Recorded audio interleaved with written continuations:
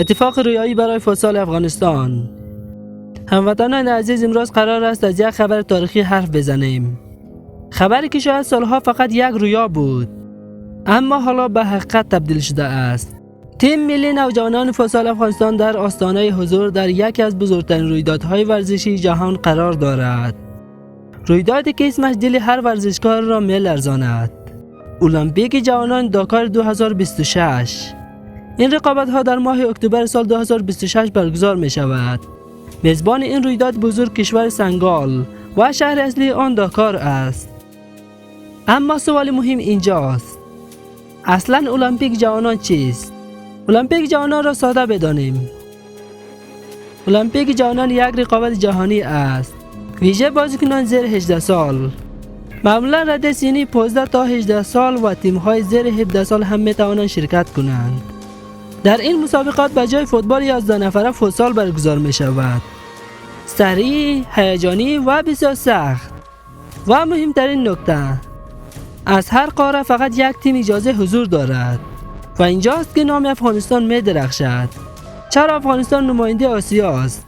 سال گذشته تیم ملی فوتسال نوجوانان افغانستان در رقابت‌های المپیک جوانان آسیا مقابل تیم قدرتمند ایران قرار گرفت و با یک نمایش تاریخی قهرمان آسیا شد.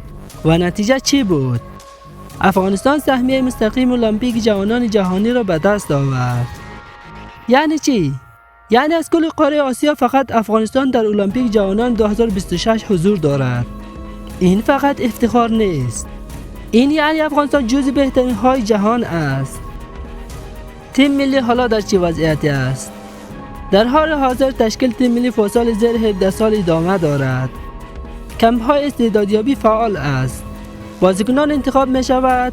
تمرینات فنی جریان دارد. طبق گفته مسئولان فوتسال کشور بعد از کمپ ها بازی های تدارکاتی بین المللی برگزار خواهد شد.